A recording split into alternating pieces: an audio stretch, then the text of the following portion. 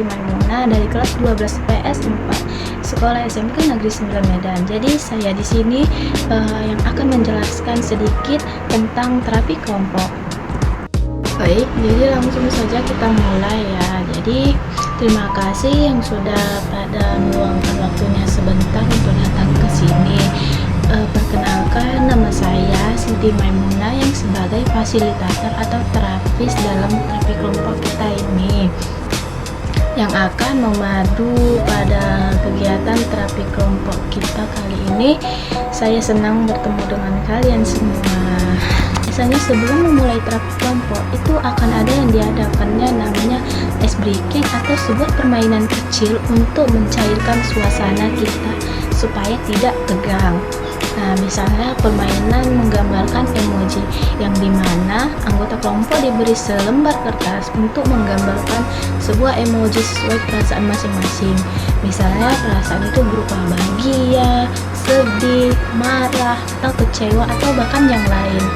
Nah, jadi setelah digambar itu akan dipilih salah satu untuk menunjukkan gambarnya masing-masing. Lalu kita akan memulai bercerita. Setelah kita udah memainkan ice breaking tadi, kita langsung saja ke intinya akan memulai terapi kelompok ini.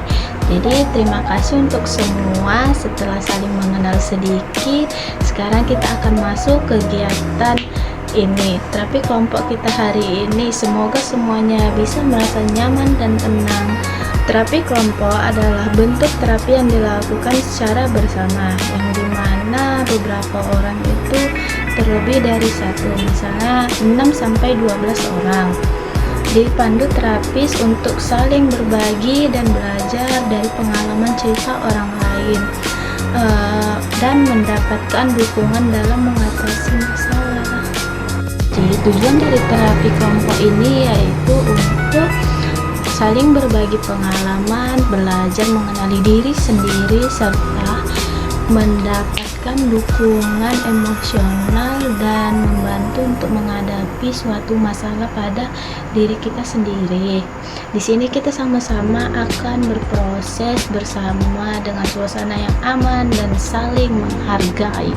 Nah, jadi di dalam terapi kelompok itu ada berbagai aturan yang harus kita ikuti.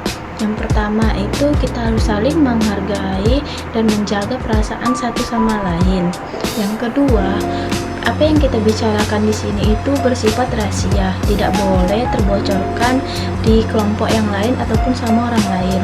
Yang ketiga, tidak ada yang benar atau yang salah, setiap orang berhak untuk berbicara apapun. Yang keempat, kita bergantian berbicara, tidak boleh memotong pembicaraan orang lain. Adapun langkah-langkah seperti dalam terapi kelompok, yang pertama itu ada perencanaan atau tujuan dari peserta. Misalnya kita harus merencanakan dulu sesuatu sebelum memulai terapi kelompok.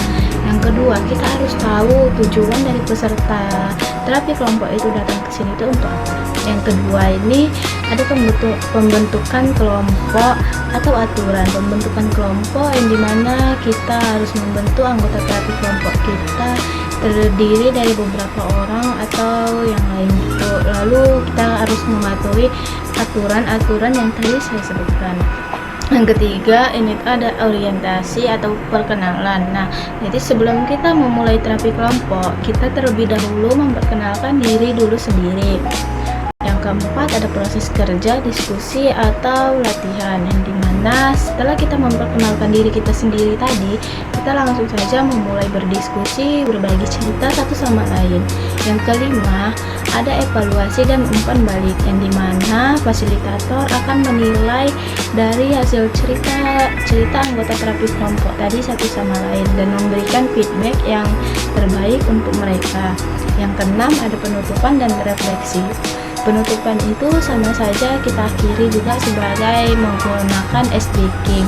Misalnya itu ice breakingnya kayak permainan menulis kata perasaan gitu kan. Misalnya itu contohnya menulis perasaan kita setelah bercerita itu seperti apa, misalnya bahagia udah, sedih tetap, atau masih kecewa gitu. Adapun manfaat dari terapi kelompok, yang pertama itu rasa kebersamaan supaya kita tidak merasa diri kita ini sendiri. Yang kedua, kita bisa dapat belajar dari pengalaman cerita orang lain. Yang ketiga, kita akan mendapatkan dukungan emosional dan motivasi. Yang keempat, kita meningkatkan keterampilan sosial dan lebih percaya diri kepada diri kita sendiri. Itu saja yang bisa saya jelaskan mengenai terapi kelompok. Terima kasih yang sudah mendengarkan dari awal sampai akhir.